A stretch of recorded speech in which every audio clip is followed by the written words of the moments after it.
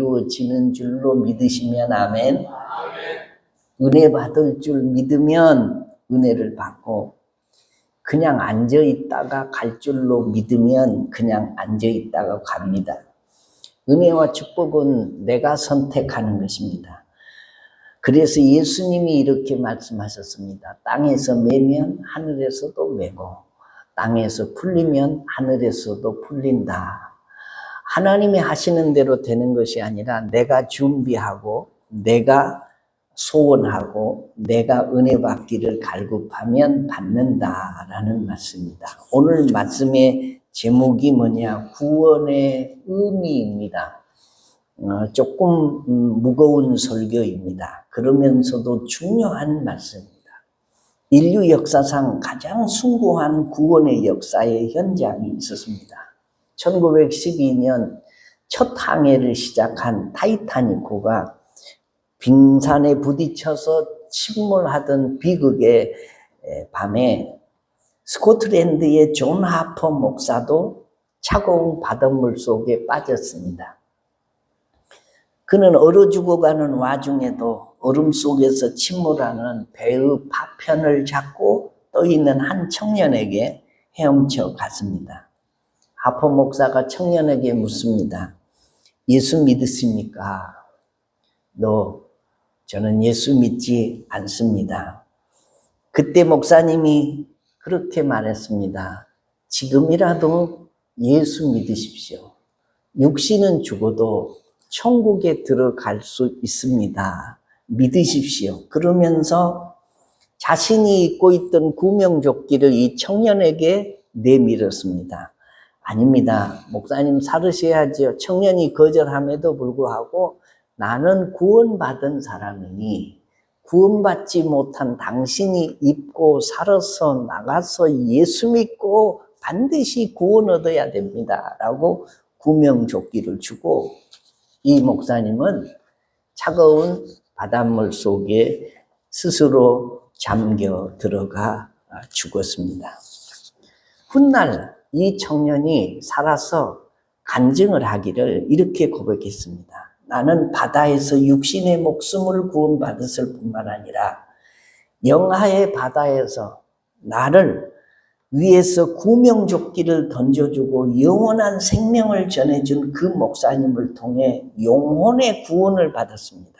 저는 일생 목사님의 생을 대신해서 사는 사람이기에 이 생명을 나를 위해서 십자가에서 못 박혀 죽어주신 주님을 위해 평생을 바쳐야 합니다. 라고 간증했습니다. 복음서에 보면 예수께서 이 땅에 오신 사명을 설명하는 대목마다 반드시 이런 선언이 기록되어 있습니다. 인자가 온 것은 잃어버린 자를 찾아 구원하려 하십니다. 그는 구원을 위해서, 우리들의 구원을 위해서 이 땅에 오셨습니다. 우리들의 포로됨과 비참함과 지옥에 지기 위해서 오셨습니다. 그렇다면 이 구원의 의미는 도대체 무엇일까요? 오늘 우리는 그 대답을 바울 사도의 유명한 에베소서 2장의 본문을 통해서 듣고 읽고 깨달아야 합니다. 구원이 무엇일까요? 첫째로 구원은 그리스도 안에서의 새로운 부활입니다. 구원은 그리스도 안에서 다시 사는 겁니다. 오늘 1장 같이 읽어볼까요? 시작. 너희의 허물과 죄로 죽었던 너희를 살리셨도다. 허물과 죄로 죽었던 우리를 다시 살리신 사건, 구원은 부활이라고 선포를 하고 있습니다. 부활이 뭡니까? 죽었던 사람이 다시 살아나는 것을 부활이라고 합니다. 오늘날 교회 안에 존재하는 구원에 대한 가장 보편적인 오해가 있다면 구원을 단순히 개선이나 개혁의 수준에서 이해를 하려고 하는 것입니다. 저 사람 교회 나가더니 예수 믿더니 사람이 좀 달라졌어. 이런 수준보다 나은 인간이 되는 수준에서 구원을 이해를 하려고 하는 사람들이 있다는 것입니다. 그러나 성경은 그런 식으로 구원을 가르치지 않습니다. 구원은 단순한 개선이나 개혁이 아닙니다. 구원은 새로운 존재의 창조입니다. 보다 나은 새 인간, 새로운 존재, 새로운 존재로의 부활 사건이 구원이다. 고린도후서 5장 17절 시작. 그런즉 누구든지 그리스도 안에 있으면 새로운 피조물이다. 이전 것은 지나갔으니 보라 새 것이 되었도다. 자, 오늘 본문에 보시면 2장 1절에 너희의 허물과 죄로 죽었더니라고 기록되어 있습니다. 가끔씩 교회에서 이게 대표 기도하는 사람들이 이렇게 기도하는 것을 들을 수 있습니다. 죄로 말미암아 죽을 수밖에 없는 우리를 이렇게 기도합니다. 그런데 성경은 그런 표현을 사용한 적이 없어요. 죽을 수밖에 없는 것이 아니라 죽었다고, 영적으로 죽었다고 선언을 합니다. 이게 영적으로 시체라는 말이죠. 그러니까 사람들이, 안 믿는 사람들이 살아서 움직여 돌아다니는 것 같지만 영이 다 죽은 사람들이에요. 그러니까 시체가 옷을 입고 좀비처럼 영적으로 보면 걸어 다니는 거나 비슷하다, 그런 말이죠. 죽었다는 말은 성경에서는 단절의 의미가 있습니다. 허물과 죄 때문에 우리가 하나님과의 관계에 있어서 단절되었다는 말이죠. 끊어졌다는 말이죠. 죽었다는 말이죠. 성경은 예수님께서 오신 목적을 설명할 때마다 이런 표현을 씁니다. 요한복음 10장 10절 시작. 도둑이 오는 것은 도둑질하고 죽이고 멸망시키려는 것뿐이요 내가 온 것은 양으로 생명을 얻게 하고 더 풍성히 얻게 하려는 것이라. 아멘. 예수님은 생명을 주시기 위해서 오셨다는 것입니다. 성경은 또 이렇게 말합니다. 로마서 6장 23절 시작. 죄의 싹은 사망이지만 하나님의 의사는 그리스도 예수 우리 주 안에 있는 영원한 생명이니라. 그리스도는 새로운 생명, 영원한 생명을 가지고 이 땅에 오셨습니다. 어느 날 예수 그리스도께서 이 땅에 오셔서 내 인생 속에 필요하다고 느끼고 그분이 내 마음속에 오시도록 초청을 해서 구세주로 영접할 때 그리스도는 새로운 생명으로 내 속에 들어와 주신다라는, 새로운 생명이 무슨 생명이냐? 영원한 생명입니다. 다시 죽지 않는 생명.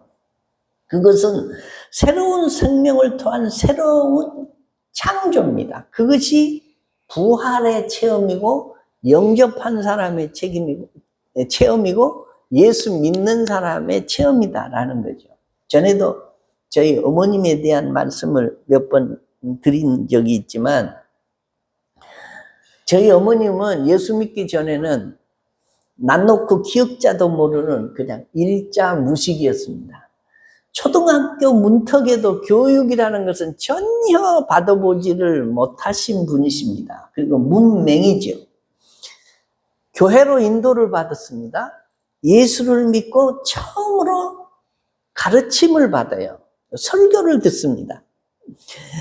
말씀의 가르침을 받게 되었습니다. 그리고 성경을 읽고 싶은 간절한 이 욕망 때문에 한글을 공부하기 시작하더니 띄엄띄엄 읽기 시작하더니 줄줄줄 읽기 시작했습니다.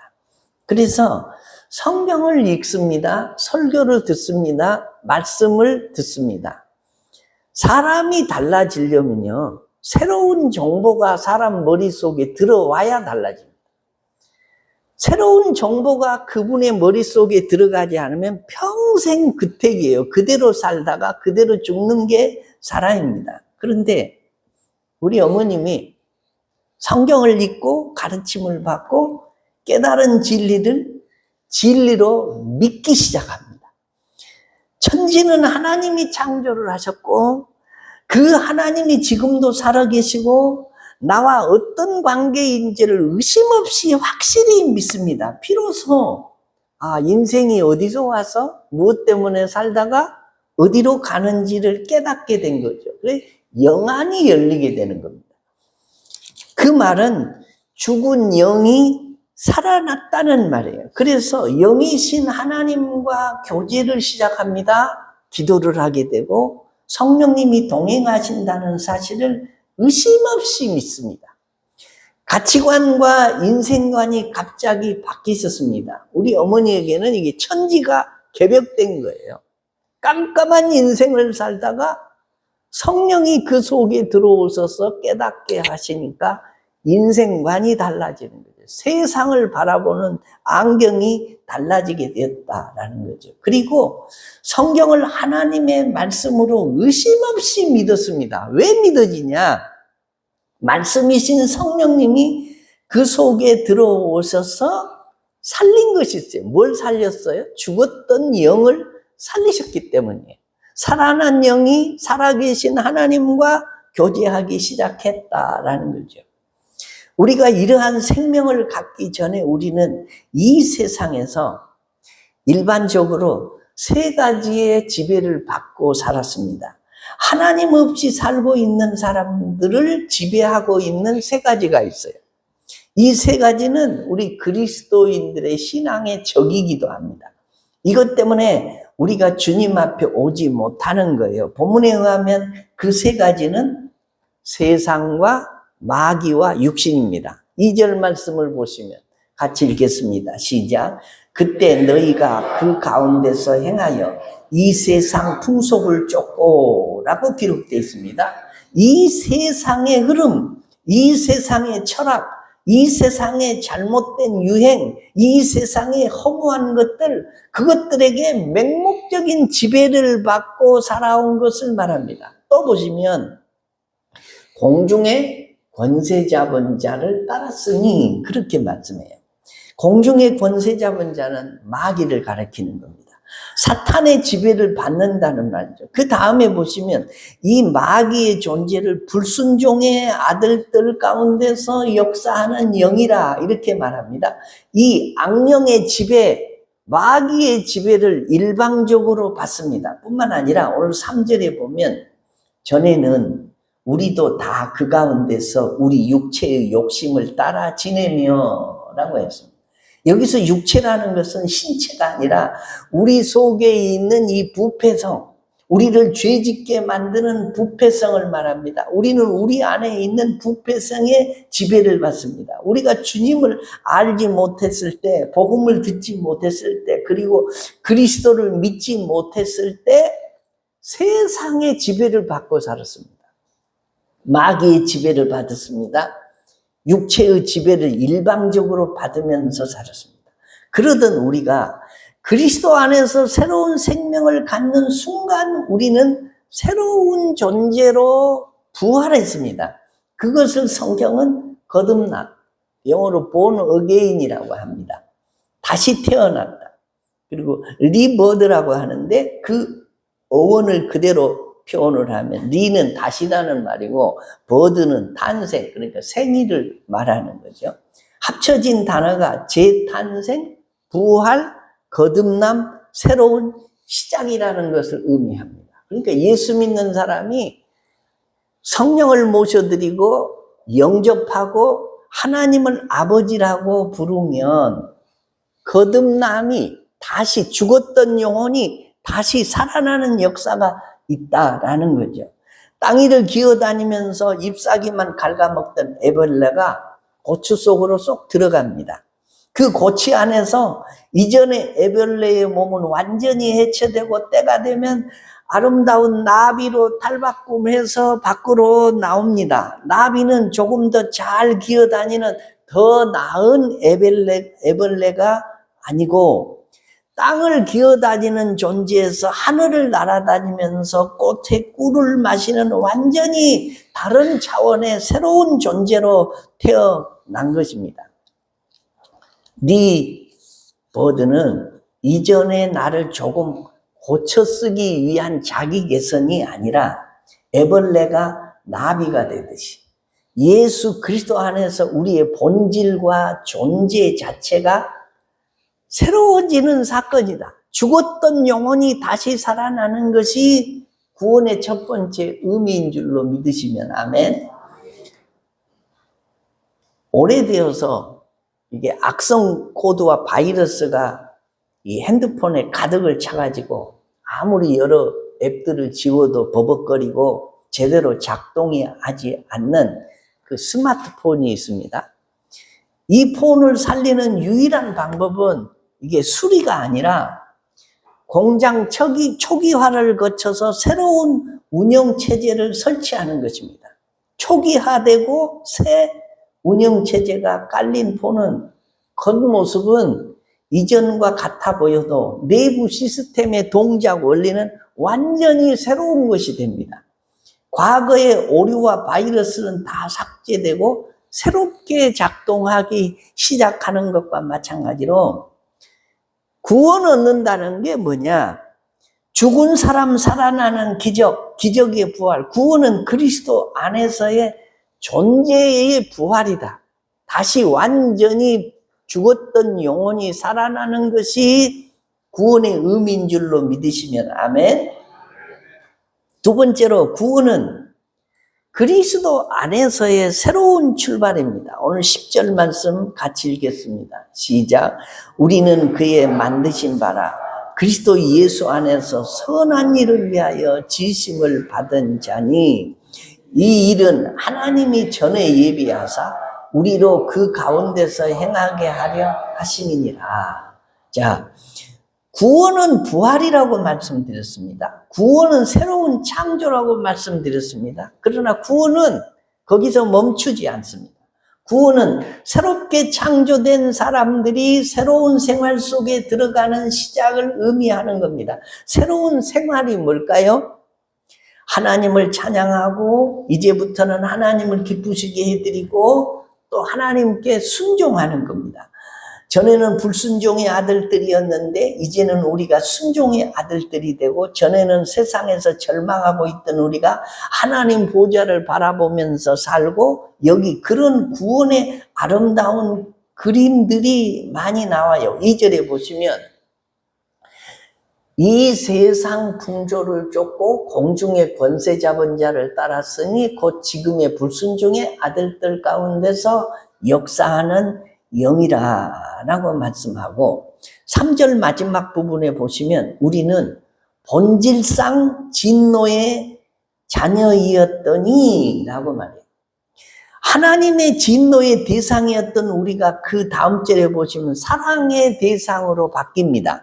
그래서 불순종의 아들이었던 우리가 하나님께 순종하고 또 이제 하나님을 향한 사랑을 고백을 하면서 하나님을 기쁘시게 해드리고 그 다음에 하나님의 선을 이루기 위한 아름다운 생활 속으로 들어간다는 거죠. 사실 에베소서 2장 10절이 우리가 가지고 있는 이 개역 한글 성경에는 이렇게 시작합니다. 우리는 그의 만드신 바라. 그런데 표준 세번역에서는 이렇게 번역했습니다. 우리는 그의 작품이라.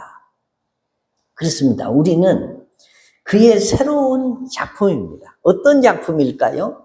그리스도 예수 안에서 선한 일을 하도록 하나님의 선한 일을 하도록 새로운 삶을 살도록 새 생활 속에 들어가게 된 새로운 작품입니다. 그런데 이 작품이라는 말이 히라보에는 포이에마라는 단어로 되어져 있습니다. 너희는 이제 하나님의 작품인데 이 포이에마는 영어로 바꾸면 이 파우엠입니다. 이 시라는 단어입니다. 그러니까 이 말을 다시 바꾸면 너희는 이제 하나님의 작품이고 이제는 하나님의 시고 너희는 하나님의 노래다. 그런 말이에요. 구원받은 우리들, 그리스도를 영접한 우리들을 하나님이 새로운 작품으로 간주를 하면서 이렇게 말씀하는 거예요. 너희들은 이제부터 나의 시야. 너희들은 이제부터 나의 노래야. 내가 하나님의 노래로 하나님의 시로 하나님의 걸작품으로 너희들을 거듭나게 했다라고 말씀해요. 윤한기라는 가수가 있죠. 근데 이 가수가 후에 목사가 되어서 지금도 목사입니다. 동생 그 윤복희 권사라는 사람이 있는데 이 동생이 힘들어하고 자꾸 좌절하고 넘어지고 그러니까 그가 이사야 41장 10절 이 말씀 두려워하지 말라 내가 너와 함께함이라 놀라지 말라 나는 네 하나님이 됨이라 내가 너를 굳세게 하게 하리라 참으로 너를 도와주리라 참으로 나의 의로운 손으로 너를 붙들리라 이 말씀을 가지고 이 동생 윤복희 권사를 위로하기 위해서 이 성령의 감동과 같은 마음으로 만든 곡이 아주 유명한데 그 노래가 여러분이라는 노래입니다. 내가 만약 괴로울 때면 내가 위로해 줄게. 네가 만약 서러울 때면 내가 눈물이 되리. 어두운 밤 험한 길 걸을 때 내가 너의 등불이 되리. 허전하고 쓸쓸할 때 내가 너의 뱃들이. 너는 나의 영원한 형제야. 나는 너의 친구야. 나는 너의 영원한 노래야. 나는 너의 기쁨이야. 여러분, 하나님이 여러분을 지으실 때에 걸작품으로, 하나님의 기쁨으로, 하나님의 노래로, 하나님의 시로 만드시기 위해서 여러분을 구원해 주신 줄로 믿으시면 아멘. 여러분 옆에 있는 사람을 한번 쳐다보세요. 쳐다보시고 눈을 그렇게 한번 바라보시면서 아주 이쁜 눈으로 당신은 하나님의 작품입니다. 시작. 당신은 하나님의 작품입니다. 다시 한번 더 진지하게 당신은 하나님의 시고 하나님의 노래입니다. 시작. 당신은 하나님의 시고 하나님의 노래입니다. 그렇습니다. 우리는 하나님의 걸작품입니다. 우리는 하나님의 노래고 우리는 하나님의 시입니다. 구원이라는 것은 단순히 지옥만 면하는 것이 아니에요. 물론 우리가 예수 그리스도를 영접하는 순간에 우리는 그리스도의 보혈로 지금까지 지은 모든 죄를 사함을 받습니다. 우리는 예수 믿으면 지옥에 안 가요. 천국 백성이 돼요. 하나님의 자녀로 살 수밖에 없어요. 그래서 우리가 하나님을 아버지라고 부르는 것입니다. 세상 사람들은요, 하나님을 아버지라고 못 부릅니다. 예수 안 믿는 사람이 하나님 아버지 그렇게 부르는 거 보셨어요? 왜 못 불러요? 아들의 영인 성령이 그들 속에 거하지 않기 때문이에요. 하나님의 자녀가 아니기 때문이고 거듭나지 못했기 때문이고 천국에 들어갈 사람이 아니기 때문입니다. 그러나 구원받은 사람은 하나님 아버지라고 서스럼 없이 부릅니다. 여기 아직도 하나님을 아버지 그렇게 못 부르시는 분 혹시 계십니까? 내가 하나님을 아버지라고 부를 수 있게 해달라고 기도하십시오. 그러면 성령님이 우리 속에 들어오시는 순간 우리 입에서 나도 모르게 하나님 아버지 이렇게 부르게 됩니다. 불신자가 왜 하나님을 아버지라고 못 불러요? 아직 거듭나지 않았기 때문이고 살림을 받지 못했기 때문이고 성령을 그 속에 영접한 경험이 없기 때문에 그렇습니다.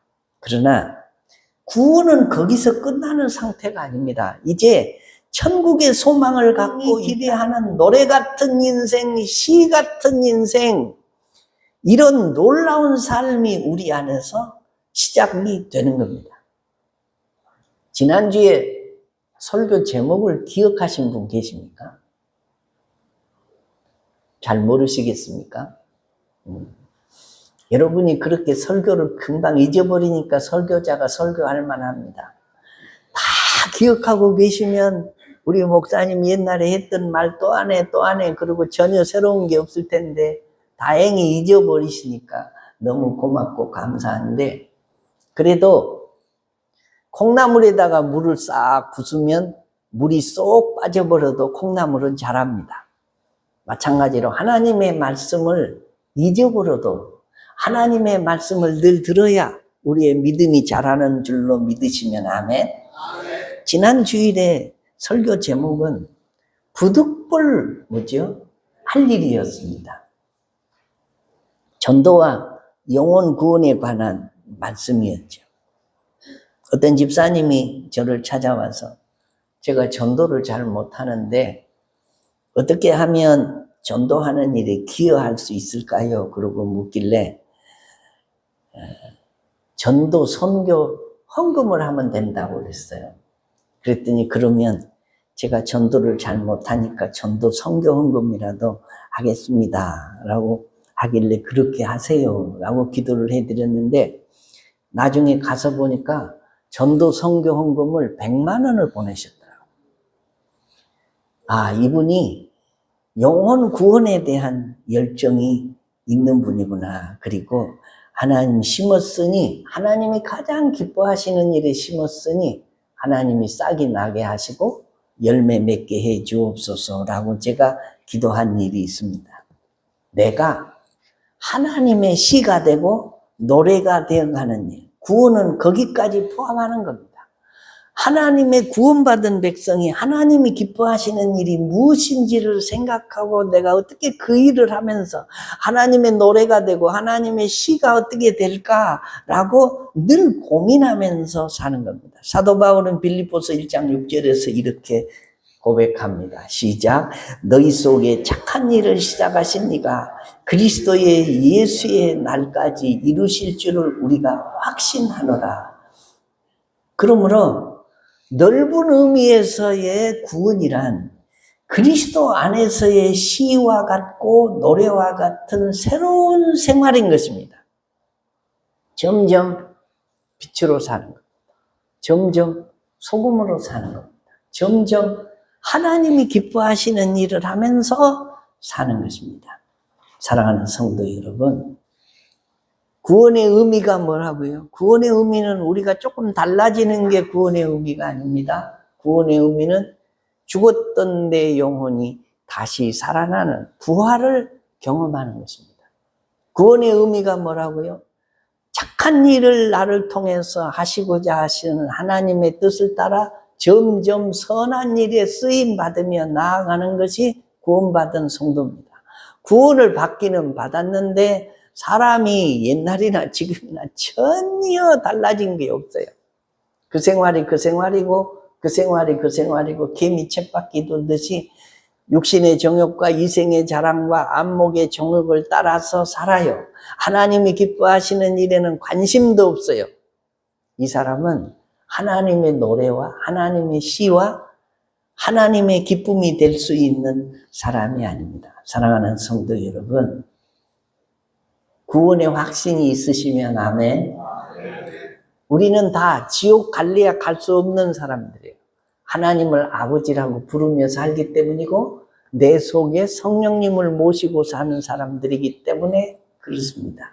그런데 구원받은 사람은 하나님의 노래같이 살아야 됩니다. 구원받은 사람은 하나님의 시같이 살아야 됩니다. 구원받은 사람은 하나님이 기뻐하시는 일이 뭘까라고 늘 고민하면서 사는 겁니다. 마귀와 세상의 정욕과 그리고 내가 원하는 것보다 하나님 기뻐하시는 대로 사는 구원받은 믿음의 성도들 되시기를 주의 이름으로 축원합니다.